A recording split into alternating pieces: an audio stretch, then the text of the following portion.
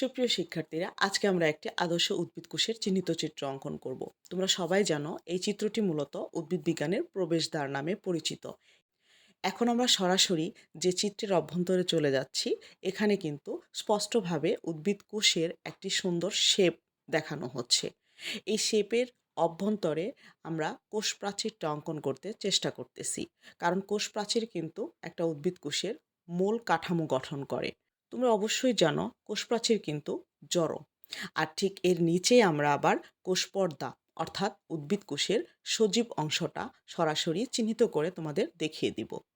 এরকম অসংখ্য জীববিজ্ঞানের চিত্র, বিশেষ করে জীববিজ্ঞান প্রথম পত্র এবং দ্বিতীয় পত্রের চিত্র তোমরা যদি সরাসরি হাতে কলমে এভাবে শিখতে চাও এবং তার অবশ্যই বিস্তারিত বর্ণনা সহ, তাহলে দ্রুত তোমরা এই মহাশিনা বায়োলজি ওয়ার্ল্ড চ্যানেলটি সাবস্ক্রাইব করে রাখো। সময় মতো তোমাদের সামনে অবশ্যই নোটিফিকেশন চলে যাবে।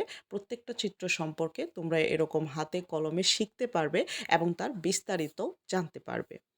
এখন যে আমি সম্পূর্ণ যে কোষ প্রাচীরের অংশটুকু কমপ্লিট করলাম, এই কোষ প্রাচীরের অভ্যন্তরে কিন্তু পিনোসাইটোসিস ফোস্কা সহ দেখানো হচ্ছে। দেন আমরা যে অংশটি দেখলাম অর্ধচন্দ্রাকৃতির, সেই অংশটি কিন্তু কোষগহ্বর।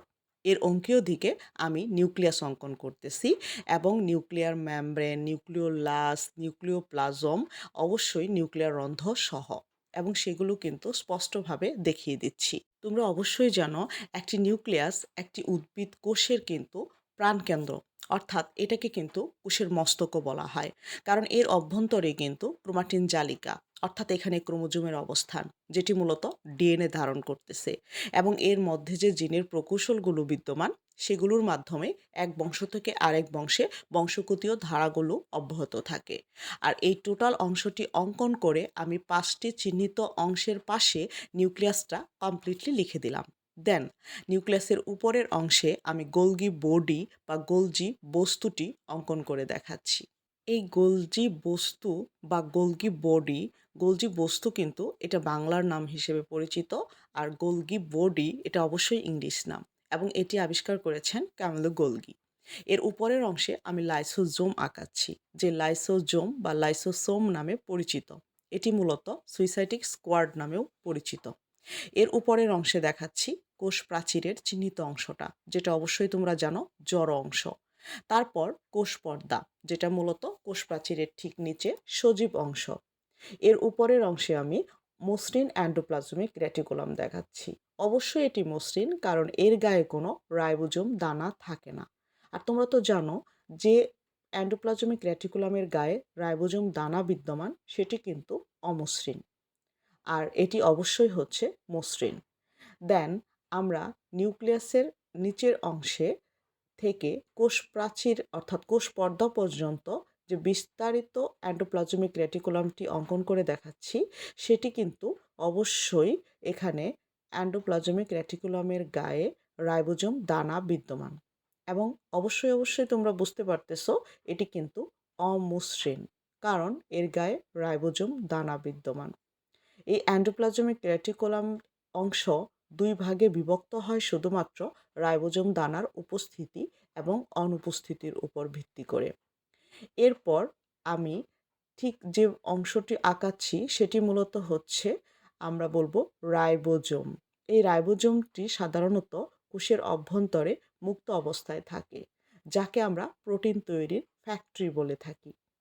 এরপর দ্বিস্তর বিশিষ্ট মাইটোকন্ড্রিয়া, যেটি মূলত পাওয়ার হাউস নামে পরিচিত,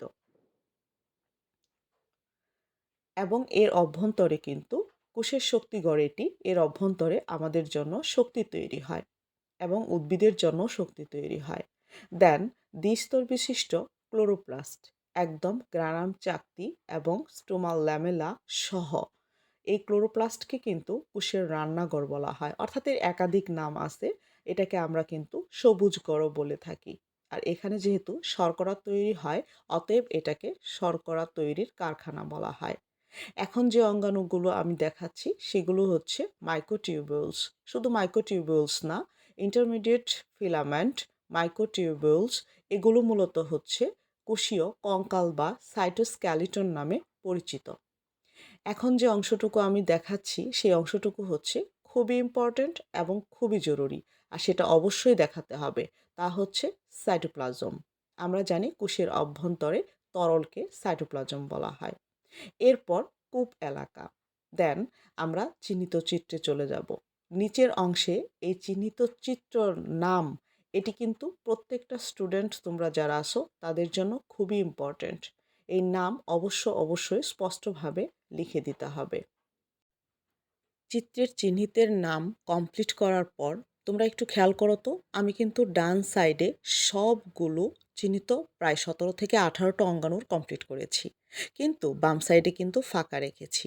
এখন আমি কি করতেছি, বাম সাইডে সেই অংশগুলোই আঁকাচ্ছি বা সেই অঙ্গাণুগুলোই আঁকাচ্ছি যে অঙ্গাণুগুলো মূলত একটা উদ্ভিদ কোষে বেশি পরিমাণে থাকে, অর্থাৎ একাধিক পরিমাণে থাকে। এক্ষেত্রে রাইবোজোম, মাইটোকন্ড্রিয়া, ক্লোরোপ্লাস্ট এগুলো অঙ্কন করে আমি আমার চিত্রটা কমপ্লিট করতেছি। জাস্ট এই কাজটা আমি করেছি যেন চিত্রটার সৌন্দর্যতা বৃদ্ধি পায় এবং চিত্রটা অবশ্যই সঠিক এবং সুন্দর হয়। এক্ষেত্রে কিন্তু সৌন্দর্যতাটা তোমাদের কাছে সবচেয়ে গুরুত্বপূর্ণ হবে এবং সঠিকটা আমাদের কাছে সবচেয়ে গুরুত্বপূর্ণ। দেন আমরা কোষ গহ্বর এঁকে দেখাচ্ছি। তোমরা একটু খেয়াল করো, অবশ্য কিন্তু কোষ গহ্বরের মাঝখান দিয়ে কোনো দাগ টানতে হয়নি।